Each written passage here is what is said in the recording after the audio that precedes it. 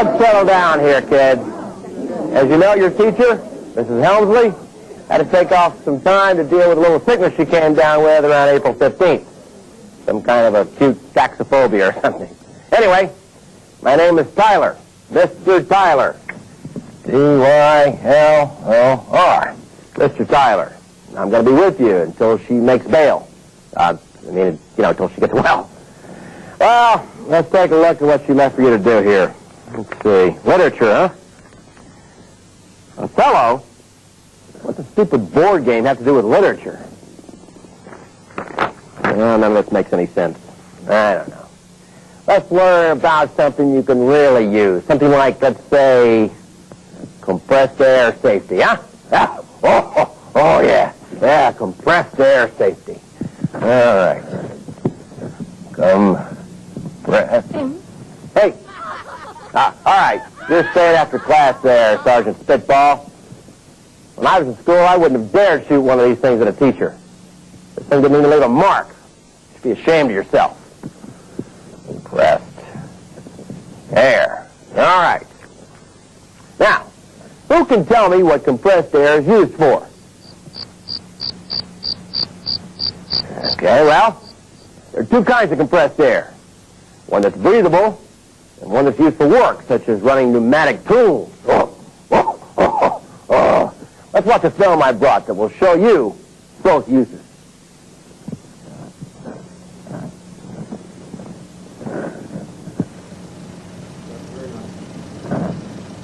Now, here's one of the uses of breathable compressed air. Self-contained breathing apparatuses for firemen. Those of you who have taken chemistry know that you wouldn't want to walk into a fire with a tank of pure oxygen on your back. Breathable compressed air is considered a medical gas. Therefore, it's always stored in yellow containers. Non-breathable compressed air is used in the workplace for such things as powering pneumatic tools. Oh, yeah. Ah, the sweet sound of compressed air-powered tools. Whoa. This piece of junk. It just needs a little more power, that's all. There we go. Always have a backup plan, that's what I say. Now, take a look at some of these slides about storing compressed air cylinders. Well, I'd teach this projector a thing or two.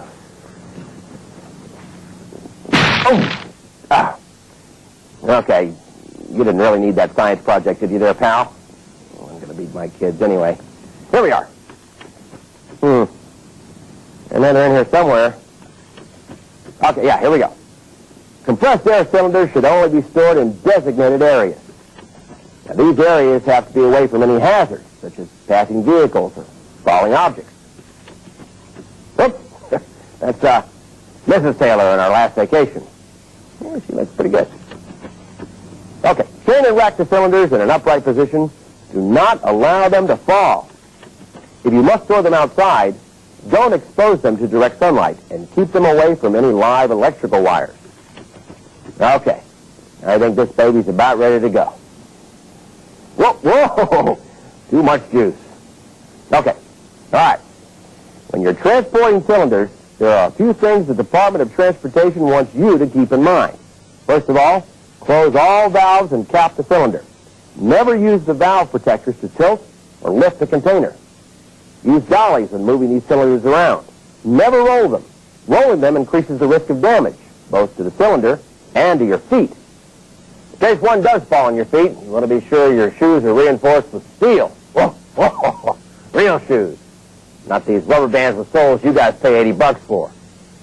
All loading platforms are not created equal.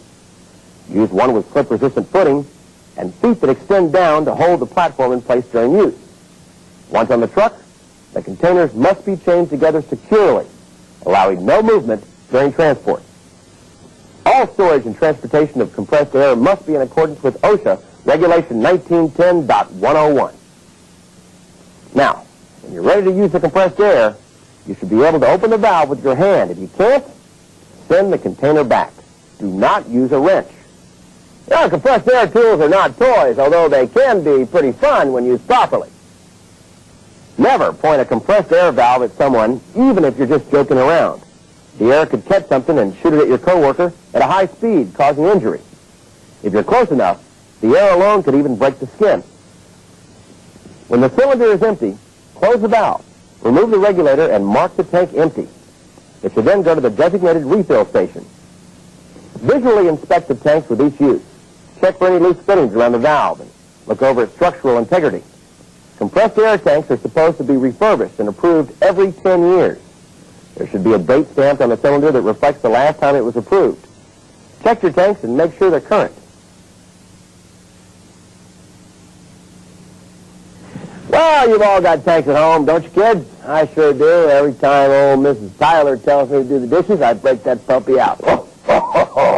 High-pressure blast of compressed air is the only way to get a meatloaf off those plates.